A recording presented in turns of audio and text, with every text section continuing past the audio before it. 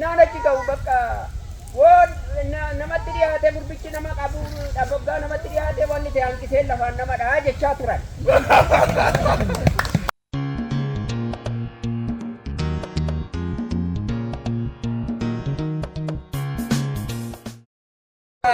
Waan tokkotu jira. Birmadummaatti jiraachuu jechuun sodaa malee jiraachuu. Yaaddoo malee jiraachuu. Sodaa malee jiraachuu. Yaaddoo malee jiraachuudha. Fakkeenyaaf namni gaafa mana isaa keessa bulu sababii mana isaa keessa jiraatuuf siqiqaan jiraatu. Maal ta'an jiraatu? Siqiqaan jiraatu. Garuu keessummummaa gaafa mana namaa dhaqu akka kaleessa mana isaa keessa fiigu mana ormaa keessa hin fiigu. Sababii maal hin taaneef? Sababii mana isaa hin taaneef. Ameen. Kanaaf namni keessummummaa gaafa mana namaa dhaqu kaleessa mana isaatti gaafa nyaata nyaatu yoo akka fedhe isaatti nyaatu gaafa mana namaa godhu akkam godha nyaachaan jira utuma beela'u utuma maal ta'u utuma beela'u maal ta'a maali nyaachaanoo jira maali garuu garaan hin barbaadu gaafa galee mana isaatti galu godhu akkasii yoo warri manaatti dhiyeessan namanna ilaalan jedhu hop hop tokkoon hin miiccataa tokkoon hin miiccatu ofirraa bu'ee nyaata sababii eessa jiru sababii mana isaa jiru harka ol kaasa biyya garbummaatti bakka ta'amtee jirtu Yesuus dhufee si baase. Kaleessa jireenya biyya lafaa keessa gaafa jiraachaa turtanii ofirraa buutanii jiraattan baay'een keessan akkuma beekamu hojii seexanaa hojjechaa aarsaa dhiyeessaa akka turtan beekamaadha. Mitiire aarsaa dhiyeessaa turtan. Fakkeenyaaf mee warri dalagaa turtan qotaa miti gaa. Qotaa. Dhaabadhaa sun qaba.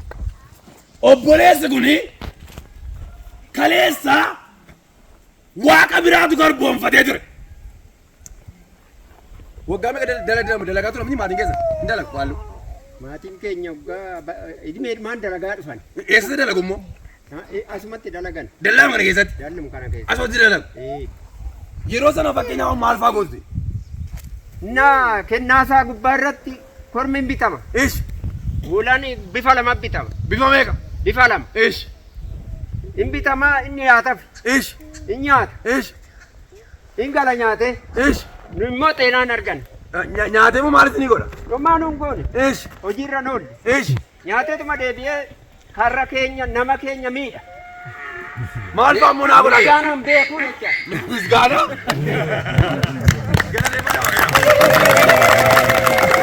Amma laala namichi kun gaafa dhufe egaa zorbal naan jedhe maal gochuu dhufte gaafa dhuftan? Gaafa anyuun kun amantaan kun dhiyaatu garaa kiyya keessatti namoota amantaa seene nan jaadha. Yoomuma nuu dhufa laata wanti kun hilaa wanti kalee wajjin xaarri kun nuun taane guyyuma kam dhufee biyya keenya gaalaata kanan jedhuun hawwii qaba. Jalqaba galuu maal inni rukutu barbaadani gaafa dhuftan? Gaafa dhufummaa dheekkamsaadhaan dhufe. Maal laa jedhan dhufan mee irratti dubbadhaa? Mee dhuguma yoggaa amantaa ta'e raajii ta'e dhimma kiyya kana hin arga yoo arguu baate. Bal gochee isa godhaa homaa hojiirra loon jedhee dhaabaa jiru. Bal isa godhee galaala. Jedh akkasumatti tan dhaqa. Akka naa jedhee gaafa dhufan. Maal laa jedhanii? Innaan dhufee bakkee sana ga'u sabni akkuma kanaatti ta'a. Otoon sadarkaa sanatti nyaatiin laphee kiyya keessaa na urgufuu jammar. Namtichi akkuma jedhani wanti kun nabboomamuufi laata jedhee naan bira ga'u na wallachiisa. Namichuma kana na ilaala jedhee naan dhagaatti jedhu waan ta'eef na wallachiisa. Jawaab laafaa. Hagal kaasiga. Gara deema dhaabeera. Ilaalaadha. Yesuus Waaqayyo haa ulfaatu. Yesuus haa ulfaatu. Sabni kun ammallee yaa saba Waaqayyo hin dallaalamina laphee keessan mana zarina. Sanitti amanan inni dhugaa gooftaa Yesuus qofa. Ameen. Amma ergasanii nagaan argadhe. Hospitaalatti kan miliyoonni meeqa dhume fayyaan nama ta'e. Jiruu koorraan ollaa kiyya wajjin nan tafaabbaree bule fayyaan argadhe. Duraan waliin galtanii ollaa wajjin? Ollaa wajjin waliin gallu mana kiyyaa waliin gallu qabeenyi nuti qabnu bineensumatu nyaata bineensa nyaatu kan an arginu. Erga Yesuusin argattanii hoo? Ergasii numatu kan xaare nyaata. Ameen. Argitanii qabaa. Seexanni yeroo sanaa garboomfatee jira. Yesuus garuu garbummaa seexana jiraatan baate. Ameen. Mee karaa Yesuus jedha. Karaa Yesuus. Seexanas taabeera jedha. Amma argitanii namichi kun gaafa dhufe fokkoruu kan inni jalqabee isatu hin taane hafuuricha. Yesuus Kiristoos immoo ameen. Hafuuricha irraa rukuteera. Ameen. Amma gabaa tokko beekaase. Guyyaa gaafa sana ana sodaate sun taane isana keessa. Ameen. Ana boo maalii qabu? Mee inni na keessaa sodaatameedha. Inni na keessaa sodaatama. Gooftaa qabdu miti ree? Akka qabda qabda. Galateeffadhaa. Dhibeen kuni fayyaa kiyya otoo hin qabu otoo hin xaarradhee jiru kiyyarra oolu otoo bineensicha sana gabbaraa turu bineensa jechaan qaallooma. Eessitti gabbartu? Qaallooma inni asumatti. Dallaa kana keessatti? Fayyaa mana kiyyaa bahee fayyaa otoo hin deemu. Warri beektanis dallaa kana hin ture? Eessi dalagu? Adaadaa kiyya. Kottaa gaari? Koleetti abbaa kiyyaa. Mata qaba korma saniiti. Mata qaboo maali? Korma sanii. Mata qaboo maali? Korma sanii. Mata qaboo maali? Eessitu? Mata qaboo maali? Har'a immoo Yesuusin argatanii waame. Maaloo galateeffadhaa goota.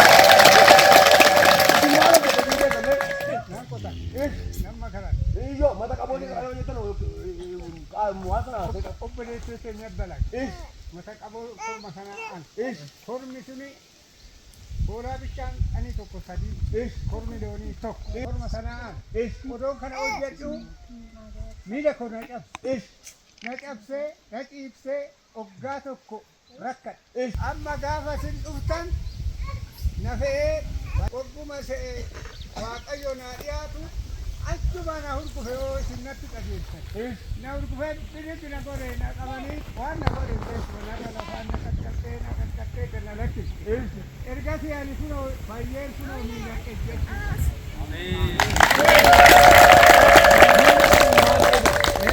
akka muudha bofaa qunce maaltu ture milisaanii?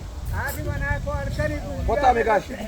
Kottaa gaash? misgaanni kan waaqayyooti misgaanni kan gooftati Isaantu beekna. asitti maarrame Galateeffadhaa waaqayyoodha.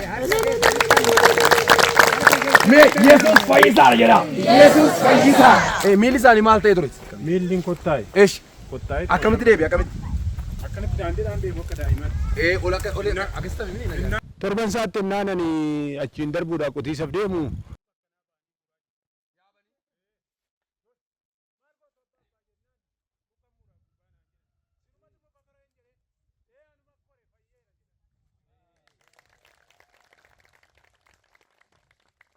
Dhibee maaliif jira akka hin gurgurre yeroo dheeraadha?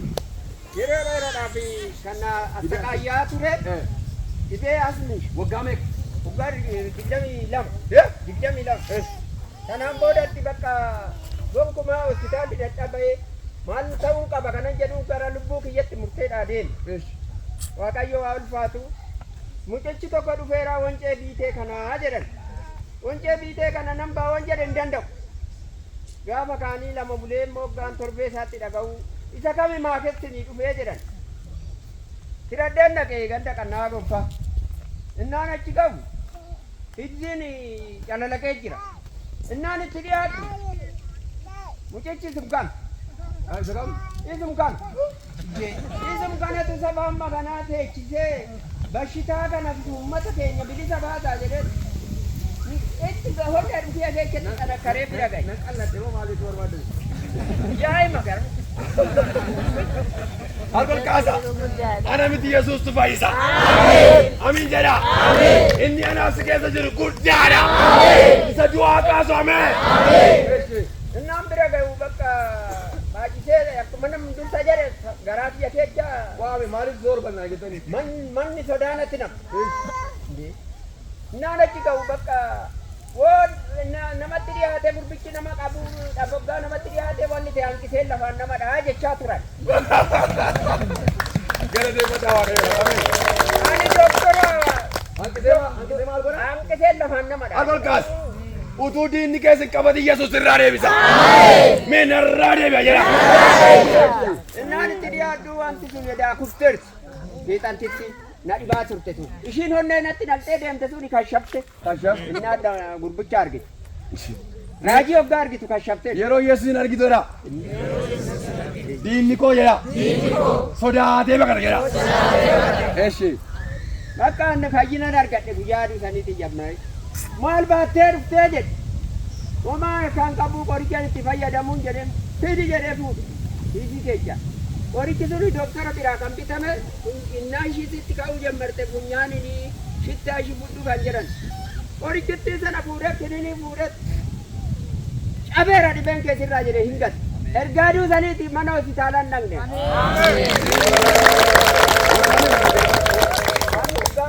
Waggaa afur ergasii dhibeera simiis ittiin deebine. Argitanii egaa. Waaqayyo isin eebbisu. Waaqayyo galateeffadhaa waaqayyoodhaan. Waaqayyo waanjoo garbummaa jala nama baasa. Galaatiyaa 5:1 nan dubbisa. Birmadummaa akka nuyi jiraannuuf Kiristoos birmaduu nu baaseera. Maal nu godheera? Akka nuyi ofirraa buunee jiraannu. Gooftaan Yesuus Kiristoos isatti amanuu keenyaan bilisa baaneera. Warri maqaa kanatti amantan hin sodaatina.